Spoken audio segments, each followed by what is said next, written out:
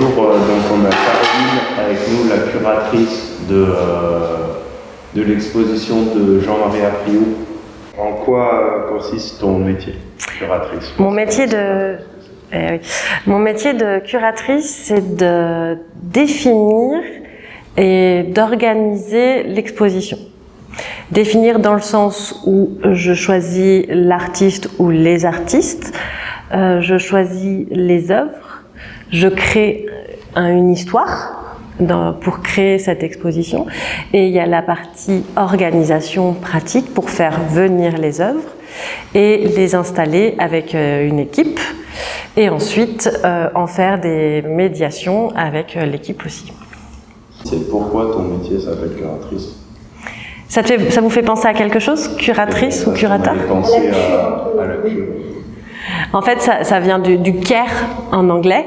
Le mot à la base c'est curator, avec mon superbe accent anglais, et qu'on a francisé, et c'est un synonyme de commissaire d'exposition.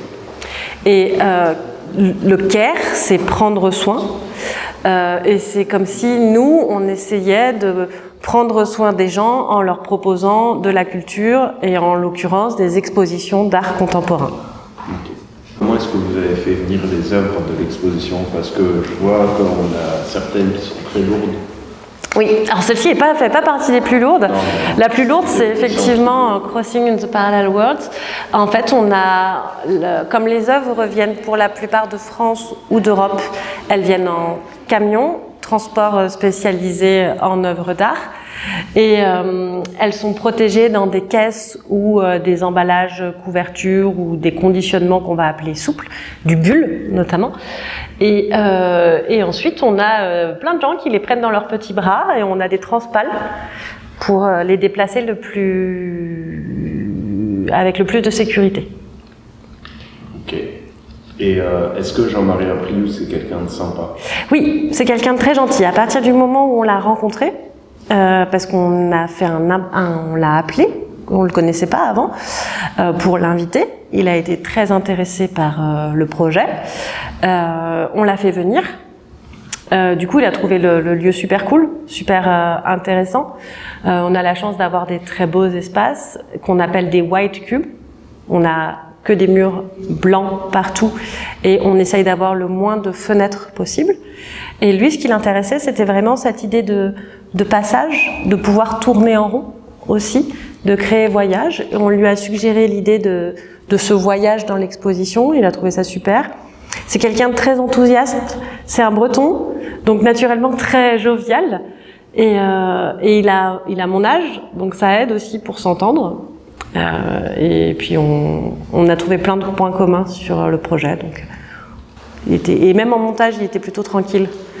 Parce que les artistes, ils viennent pendant le montage, et pour vérifier qu'on fait ça bien, pour vérifier qu'on met les œuvres dans des endroits qui leur plaisent aussi, dans les positions, les placements respectueux.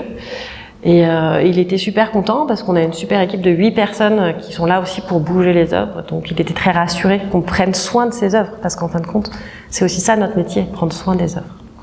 Ok. Et pourquoi est-ce que toi tu fais ce métier de curatrice? Moi je fais ça très personnellement parce que je veux diffuser les arts quels qu'ils soient. Quand j'étais plus jeune, je voulais être commissaire-priseur. Un commissaire-priseur, c'est quelqu'un qui vend des œuvres d'art, mais qui vend aussi parfois de la plomberie, ou des lavabos, ou des chaises. Et moi, déjà, je voulais me spécialiser dans les œuvres. Je me suis rendu compte aussi que je voulais pas les vendre aux gens qui avaient de l'argent. Je voulais les montrer au plus grand nombre.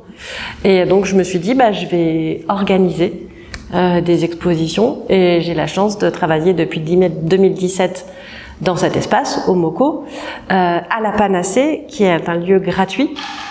Et ça, c'est hyper important pour moi, politiquement parlant. Et on a la chance de pouvoir inviter des artistes, des grands artistes, des artistes connus, et de proposer quelque chose que le public ne connaît pas. Et c'est ça que j'adore, et pouvoir parler avec vous de ça aussi. Alors, est-ce que vous aimez bien les œuvres de Jean-Marie Apriou, ces œuvres-là? Ouais.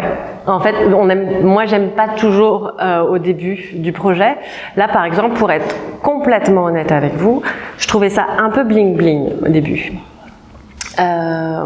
Mais je suis quelqu'un, qu'on va dire, d'assez bon public. Quand je commence à m'intéresser à quelque chose, ben, j'y trouve toujours les bonnes, les qualités et les défauts en fin de compte s'enlèvent parce que tu rentres dans un sujet et ça devient super intéressant. Et en plus, comme Jean-Marie est super sympa, ça aide à aimer ses œuvres aussi. Et en fin de compte, il raconte plein d'histoires dans ses œuvres et je pense que tout le monde, j'espère pour vous aussi, le but, c'est que tout le monde aime quelque chose, se retrouve quelque part dans les œuvres, et c'est pour ça que moi j'aime ça, parce que faut que je retranscrive quelque chose que j'aime. Si j'aime pas, c'est plus dur. Ok. Et quelle est votre œuvre préférée? Oui. Et pourquoi aussi? C'est un peu la première fois que je me pose cette question. Honnêtement, je me la suis pas posée avant. Mais moi, en enlevant les Zodiacs, parce que c'est quand même une série vraiment spécifique, j'aime La Vague, qui est là-bas, dans la première salle, parce que c'est un rapport à la mer qui est hyper important pour moi. C'est une œuvre qui est assez simple, en fin de compte, et c'est une œuvre qui est très rattachée dans l'histoire de l'art, et notamment dans l'histoire de la peinture. Et c'est quelque chose qui s'est réapproprié, et je trouve ça super intéressant. Alors, comment peut-on acheter une œuvre, par exemple, de Jean-Marie Apriou, et combien elle coûte? Ça dépend, mais combien ça pourrait coûter? On va parler de celle-ci, par exemple. Comment nous, on vend pas les œuvres d'art. C'est vraiment pas notre boulot. Nous, notre boulot, c'est de les montrer. Quand un artiste est représenté par une ou plusieurs galeries, si quelqu'un vient me voir pour me demander comment on peut l'acheter, comme toi, eh ben, je vais lui donner le nom de la galerie qui possède l'œuvre, parce qu'en fait, l'artiste, il donne ses œuvres à la galerie pour les vendre. En fait, il les met en dépôt à la galerie pour les vendre. Donc, Jean-Marie, c'est un artiste qui fonctionne très très bien. Donc, il a 4 galeries en Europe. Il y a que ses œuvres dedans ou il y a aussi d'autres artistes? Ah non, il y a d'autres. En fait, les galeries, leur boulot, c'est de vendre le plus d'œuvres de plus d'artistes possible. Donc, elles ont une espèce de pool d'artistes. Et selon la taille de la galerie, selon si elle a beaucoup d'argent ou pas, elle a beaucoup d'artistes. Donc Jean-Marie, si tu veux acheter une de ses œuvres, je vais t'envoyer à sa galerie. Donc si on parle de cette œuvre-là, par exemple, je t'enverrai à la galerie Perrotin, qui est une grosse galerie française. Elle se situe où? À Paris. Est-ce que des œuvres ont déjà été cassées pendant la transportation ou pendant le transport?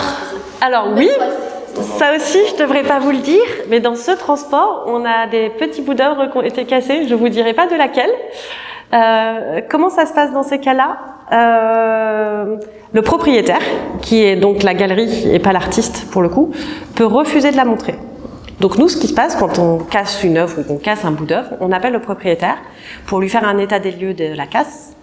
Là, en l'occurrence, c'était que des tout petits bouts d'œuvre. Et comme l'artiste décide un peu de ce qu'on peut faire quand même malgré tout avec les œuvres, il a dit: moi, je trouve que c'est montrable. Nous aussi, on a dit, nous, on pense que c'est montrable. Donc, la propriétaire a dit, ok, mais vous me faites les réparations à vos frais quand ça repart. Ok, mais est-ce qu'il y a déjà eu des vols dans ce musée? Dans ce musée-là, pas à ma connaissance. Ça m'est déjà arrivé une fois dans un autre musée. Ce sera le premier ici alors. Bah, s'il y en a, oui, sauf si la personne se fait attraper, je sais pas.